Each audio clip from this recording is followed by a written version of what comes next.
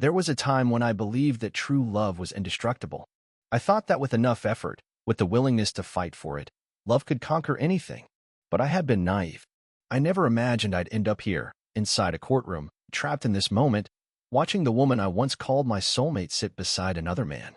They whispered and chuckled together, trading glances and secretive smiles like school kids sharing a joke during class. What stunned me most wasn't the betrayal, nor the web of lies she had spun over the past few months. It was how effortlessly she had cast me aside. Lenora had always been a master at wearing masks. She could summon tears on demand and weave lies so seamlessly that you'd doubt your own instincts. But today, there was no facade.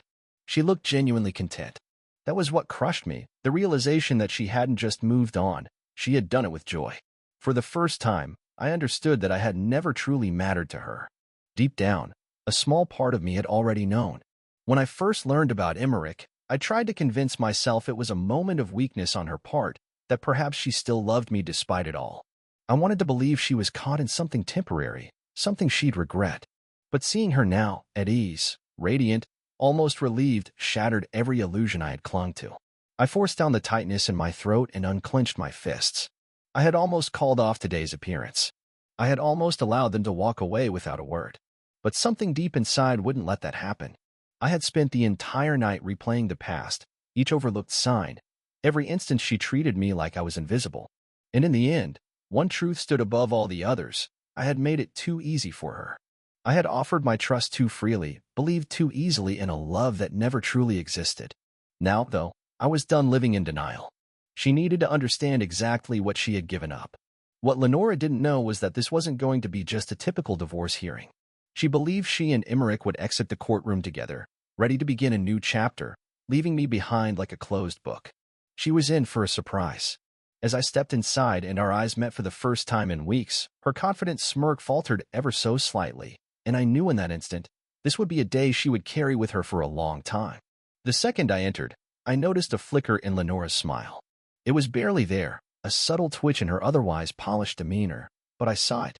She hadn't expected me to come. She would never admit it, of course. Lenora knew how to keep up appearances, how to maintain her control. But I had studied her longer than she realized. That brief crack in her composure told me everything I needed to know. Emmerich leaned toward her and murmured something. She responded with laughter, soft, untroubled, like today was just another chore to be handled before returning to her charmed life.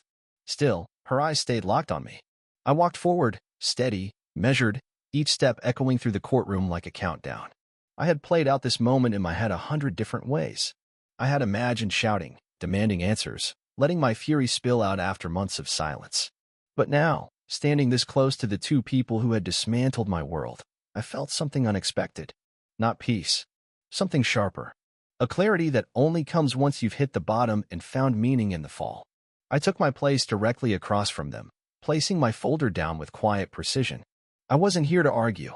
I wasn't here to plead. I had come to bring closure on my terms. A few moments later, the judge entered, an elderly man whose weary eyes seemed to have witnessed a lifetime of heartbreaks. This was just a formality. The divorce had already been arranged to go smoothly. Lenora had made sure of that. She wanted to walk away cleanly, without delays, without complications, and begin anew with Emmerich. She thought she was leaving me behind for good. She was mistaken. Mr. Holloway, the judge said, addressing me with a respectful nod. Apologies for the delay. Are we ready to begin? I met his gaze and nodded. Yes, Your Honor. But before we begin, there's something I'd like to present. Lenora's expression shifted briefly, surprise quickly replaced by that same confident veneer she always wore. What are you doing, Alan? She asked, her tone a mix of feigned irritation and mild amusement, as if I were a child throwing an unnecessary tantrum. I didn't respond. Instead, I opened my folder, took out a document, and passed it to my attorney, who then delivered it to the judge. The room went quiet. I could hear Lenora's shoe tapping against the floor. Emmerich leaned back with his arms crossed and a lazy smirk on his face, as if all of this were beneath him. But then something shifted. The judge's expression changed. He read the paper once, then again, slower. He adjusted his glasses, released a long breath, and lifted his gaze toward Lenora, studying her over the rim of his spectacles. Mrs. Holloway, the judge began, his tone steady, Were you aware that your soon-to-be ex-husband has filed a report detailing discrepancies in your shared financial records? At that moment, Lenora's smug expression disappeared completely. I caught the shift as it happened, the precise instant her brain switched into high gear, trying to piece things together. The confidence she had radiated when she walked into the room, the unshakable belief that she had everything under control, began to crumble. "What?" she asked, forcing a laugh that rang hollow. "That can't be true. We already divided everything fairly." Leaning forward, I interlocked my fingers and looked straight at her. "Did we, though?" Her gaze flicked toward me, and for the first time, I saw something real: panic. She understood exactly what I was implying. For months, Lenora had been slowly siphoning funds from our joint account. It started with small withdrawals, just enough to avoid drawing attention. A nice dinner out here, a spontaneous weekend getaway there. But over time, the amounts had grown. There was suddenly a questionable investment into a fake company, and a so-called loan to a friend who didn't even exist. The most audacious part? She genuinely believed she had covered her tracks. She thought she had outsmarted me. What she never realized was that I had been watching the entire time. I let her think she was in the clear, allowed her to feel untouchable. Meanwhile, I was quietly collecting every scrap of evidence I needed. Now, as the judge flipped through the stack of documents, I noticed her breathing change. It became shallow and uneven. "Mr. Holloway," the judge said, shifting his focus back to me, "are you formally requesting a financial audit prior to the finalization of this divorce?" I offered a smile, the first one in what felt like forever that wasn't forced. "Yes, Your Honor. I believe my wife has not been fully transparent regarding our financial affairs. I'd like a comprehensive review before any settlement is finalized."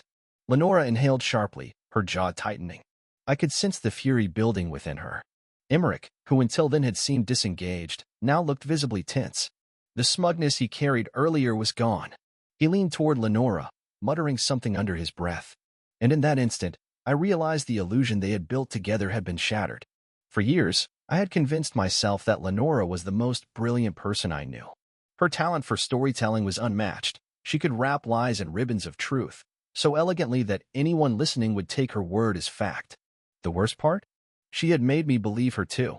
But as I watched her unravel in real time, something became clear: she had never been challenged before. Her intelligence wasn't exceptional. She had simply gone unopposed.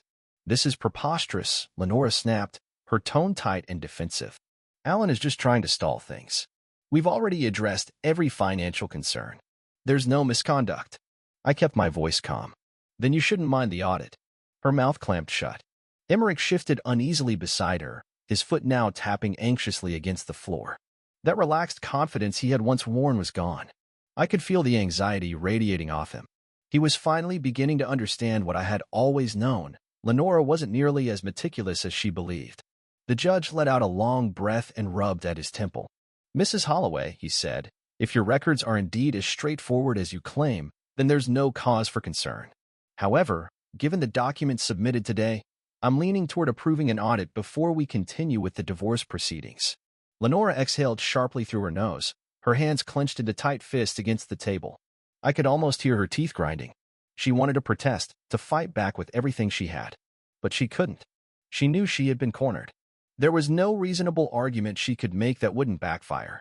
So she resorted to her oldest, most reliable tactic: playing the victim. Turning her face to the judge, she blinked rapidly, feigning the appearance of holding back tears.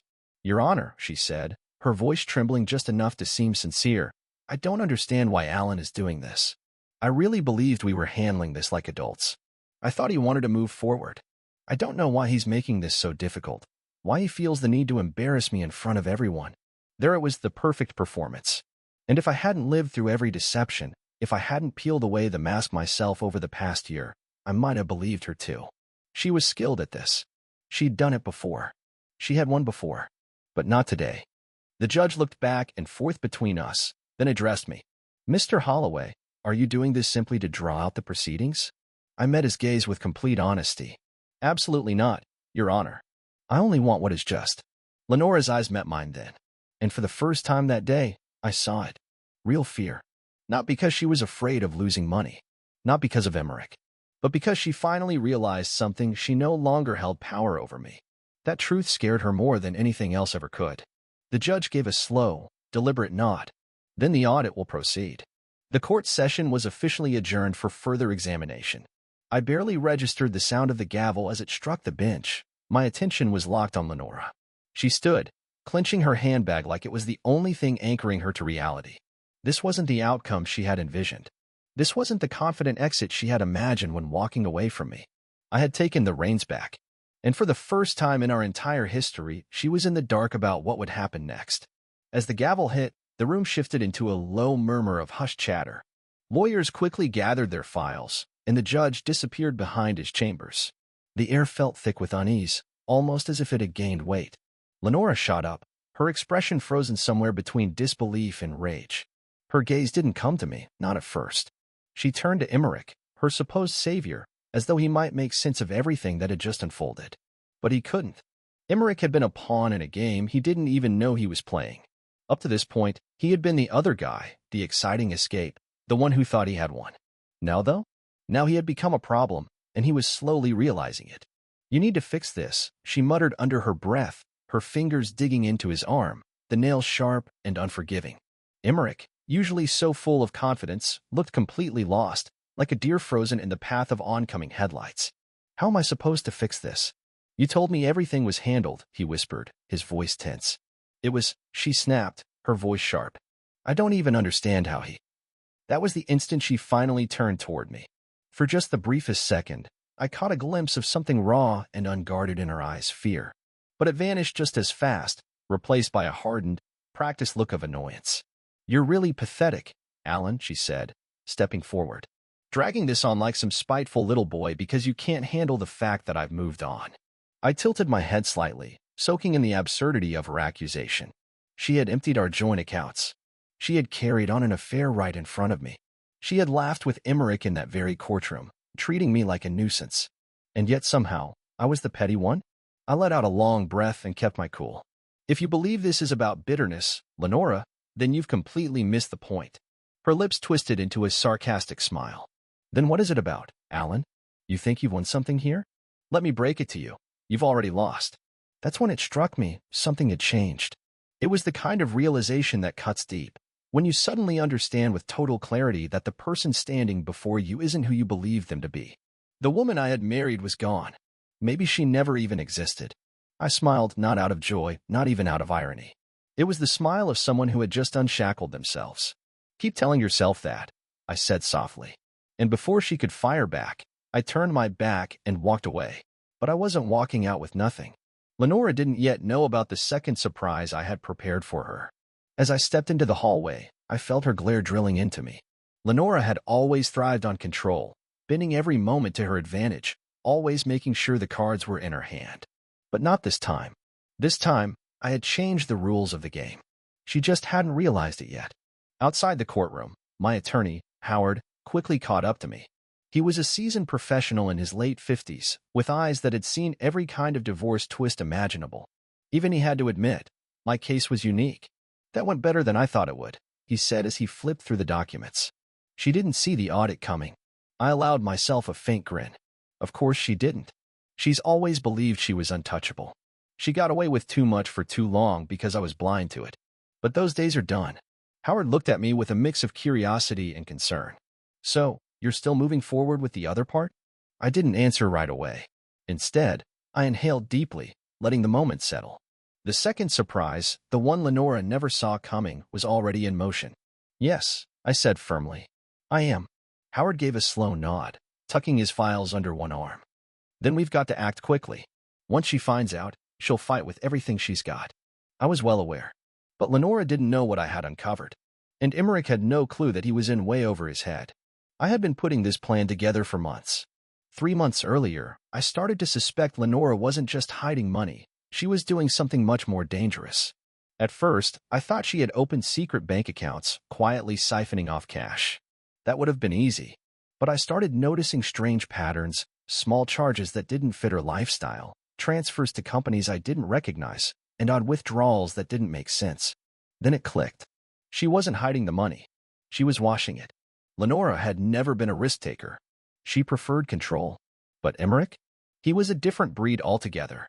His fingers were tangled in all sorts of shady ventures, most of them far from legal. Lenora, my wife, The person I had once trusted beyond measure had made the unthinkable choice. She merged our shared finances with his. The moment that realization hit me, something inside shifted. I saw two paths ahead. One was direct confrontation and anger, demands, maybe even chaos. The other was to keep up the act. So, I slipped into the role of the oblivious, emotionally shattered husband. I let her believe I was too broken to question anything. But beneath that surface, I was paying close attention. Quietly, I started gathering information, every odd transfer, each strange transaction, and every link connecting our bank accounts to his. That's when I brought in a forensic accountant. Fast forward to the present. As Howard and I entered the elevator, my heartbeat settled into a calm rhythm. I looked over at him. "Do we have enough?" I asked. He exhaled slowly. "More than enough. This audit is just step one. Once we present our case for financial misconduct, the court won't just freeze her assets. The judge will eliminate her claim to any part of the marital estate. That meant everything, our home, the vehicles, the savings, even the retirement accounts, would be completely out of her reach." And Lenora? She didn't have the slightest idea of what was coming. Meanwhile, back inside the courtroom, Lenora paced in agitation. Her heels echoed sharply against the tiles, and she nervously gnawed at her meticulously polished nails, a habit she fell into when the tide turned against her. "What just happened?" Emmerich muttered, rubbing his jaw. "You told me this would be simple." "It was supposed to be," she snapped, her voice taut with disbelief. "I don't get it. He's never stood up for himself before. He's always just let things slide." Emmerich crossed his arms, clearly growing irritated. "Well, he's not sitting still this time. What's this talk about an audit?" Clenching her fists, Lenora tried to dismiss it. "It's nothing serious. Just a delay tactic. He's clueless. He's only doing this to irritate me." But her voice faltered with uncertainty, and deep down, she knew better. She had misjudged me. She just didn't realize by how much. Outside the courthouse, I sat in my car, my hands gripping the steering wheel until my knuckles turned pale. The magnitude of what had just occurred hadn't fully landed yet, but I could feel its slow, creeping approach, like the ocean rising inch by inch. For years, I had been the man who compromised, avoided arguments, and put peace above all else. And where had that led me? Deceived, exploited, discarded. That version of me was gone. I inhaled deeply and took out my phone. There was only one person I needed to speak to. "Mr. Holloway," came the voice after 2 rings. "Is everything ready?" "Yes," I said with full certainty. "Proceed." An hour later, Lenora's point of view. She sat rigidly in the back seat of Emmerich's car, her phone pressed tightly against her ear. Her well-orchestrated life was beginning to collapse. "What do you mean the account has been frozen?" she whispered, panic barely held in check. "It's exactly what I said," her banker replied. "There's a legal hold on your assets due to an active investigation. We are not authorized to release any funds until it's resolved." Her stomach churned. An investigation? What was he even talking about? She turned to glance at Emmerich, but he was distracted by his phone, completely unaware of the storm that had just erupted inside her. "Who gave the order?" she demanded. A heavy silence followed. Then came the answer: "Your husband." The air left her lungs. Alan, the man she'd always dismissed as timid, easy to manipulate. He had done this? "There has to be a mistake," she said through clenched teeth, her voice shaky but firm. "Reverse it. Right now." "I'm sorry, but that's not an option," the banker replied. "Until the audit concludes, your funds will remain locked." The line disconnected before she could argue further. Lenora remained motionless, the phone still in her grasp. This couldn't be real.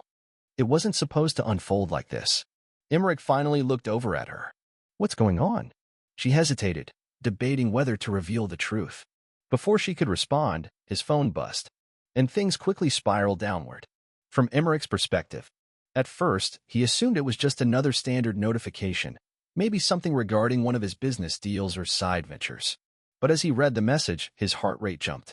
Lenora was speaking beside him, ranting about their money being frozen, but her voice became background noise. His eyes scanned message after message. His own accounts had been flagged. He opened a second email, then a third. Everything he had built, every hidden transaction, each offshore investment, was now under inspection. The audit wasn't limited to her. Alan had widened the net. He was coming for them both. Back to my perspective. Leaning against my car, I kept my eyes fixed on the courthouse entrance, waiting. It wouldn't take long. And then, like clockwork, it happened. Lenora pushed through the doors, her eyes darting across the lot, frantic and uncomposed. The woman who had always maintained her image so carefully was now visibly falling apart. For the first time since all of this had begun, she finally experienced what it truly meant to lose her grip. A smile crept onto my face, not out of malice or a desire to hurt her, but because, after enduring months filled with lies, schemes, and betrayal, I had finally managed to level the field. And it wasn't over yet. I stayed back, watching as Lenora stood motionless in the parking lot, her phone clutched so tightly that I half expected it to snap in her grip. I could almost visualize the frantic thoughts racing through her mind, trying desperately to come up with a reason, an excuse, or a way out. But there was no escape this time. Moments later, Emmerich stormed out behind her. His face was flushed with a deep red hue, his usual self-assured demeanor replaced with sheer panic. He waved his phone in the air, shouting into it with the kind of desperation that suggested he believed he could somehow undo what had already been done. But he couldn't. I had made sure of that. I approached them slowly, deliberately, each step measured and unhurried. No need for drama. I wanted her to feel the weight of every passing second. As soon as her eyes landed on me, her face shifted from fury to something far more telling. Fear. "You complete jerk," she spat. I lifted an eyebrow. "Quite the welcome, especially considering how you were laughing in the courtroom just an hour ago." Her jaw clenched. "You froze my accounts?" I gave a slight shrug. "Technically, the court handled that. I just gave them the necessary direction." She let out a bitter, empty laugh and shook her head. "So this is what it's about? Revenge? You think destroying everything I build is going to fix what you feel?" I leaned in, my voice calm. "You did this to yourself, Lenora. I simply stopped being the one to clean up your messes." She looked ready to argue, but Emmerich interrupted, his tone sharp and rattled. "How did you even pull this off?" He stood there stripped of his usual smugness, visibly shaken. I looked directly at him, really looked, and in that instant, I saw it, the moment he understood just how badly he had misjudged me. Both of them had. They thought they were playing a game they already won, but they had no idea what they were risking. "You both assumed I wouldn't fight back," I said evenly, "that I'd just accept defeat and let you take everything. That's how little you thought of me." They said nothing. So I continued. "You could have walked away without consequence. You had your fun, built this illusion together. But no, you got greedy. You funneled money through our accounts, you stole from me, and you counted on me disappearing quietly."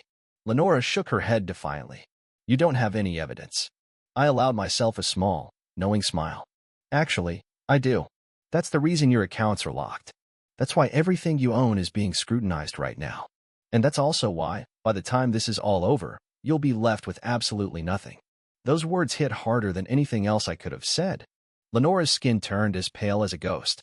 Emmerich stepped back slightly, mumbling something I couldn't hear, his fist clenched, not in a way that scared me, but in a way that showed he was already thinking of how to get out of this mess. He understood now. This wasn't just Lenora's disaster to clean up. He was part of it. And soon, he'd have to deal with the consequences too. Lenora exhaled shakily, her composure slowly slipping away. "Alan, you don't have to do this," she said softly, her voice cracking. "You think you're punishing me, but in reality, you're becoming just as heartless as you claim I am." I let out a genuine, deep laugh. "Heartless? No, Lenora. That was you. You were the one who betrayed, who stole, who spun lies like they were second nature. I'm simply making sure you don't get away with any of it." Her lip quivered ever so slightly. It was a small thing, but I noticed it. That was the moment she knew she had lost. Emmerich, on the other hand, wasn't as emotionally affected. He straightened his posture and glanced around as if mapping out his exit strategy. "You're on your own," he muttered. Lenora spun around, stunned. "What?" "You heard me," he replied coldly. "This is your disaster. I didn't agree to deal with this kind of chaos." Before she could respond, he was already turning his back and walking away. Just like that. Just like she had done to me once. I allowed the silence to settle in around her. I gave her time to fully grasp it, to feel what it was like when the person you placed all your bets on walked away without hesitation. She had sacrificed everything for him, built her plans around their future. And now? She was left with nothing. For the first time, the control wasn't in her hands. I should have felt some kind of pity. I thought maybe I would. But as I stood there, watching her hands tremble, witnessing the unraveling of the life she had so carefully constructed, I didn't feel sorrow. I didn't feel remorse. All I felt was closure. She turned back to face me, her movement slow and unsure, like her mind was still catching up with everything that had unfolded. Her eyes met mine, searching for any sign of weakness, any vulnerability she could exploit. But there was nothing. "You really did it," she whispered. I gave a slight nod. "Yes, I did." She exhaled unsteadily, folding her arms across her chest like she was trying to hold herself together to keep from falling apart. "So what happens from here?" she asked, her voice barely above a whisper. I kept my gaze fixed on her, taking a moment before I responded. "What happens now?" I echoed calmly. "Now, you face the reality you created. The financial review will move forward. The court will uncover the truth about the deception. Everything you took will be stripped away." I paused deliberately, letting the weight of my words settle. "And when that happens," I continued, making sure she was paying attention, "you'll finally know what it means to be tossed aside." She reacted, just slightly, but enough for me to notice. Enough for me to see that, maybe for the first time, she truly felt the sting. It wasn't just the loss of wealth or the public shame of being deserted. It was the full burden of everything crashing down. She had spent so long playing people like pieces in a game, confident she would always come out ahead. But this time, there was no escape. This time, she was on her own. A heavy quiet hung between us.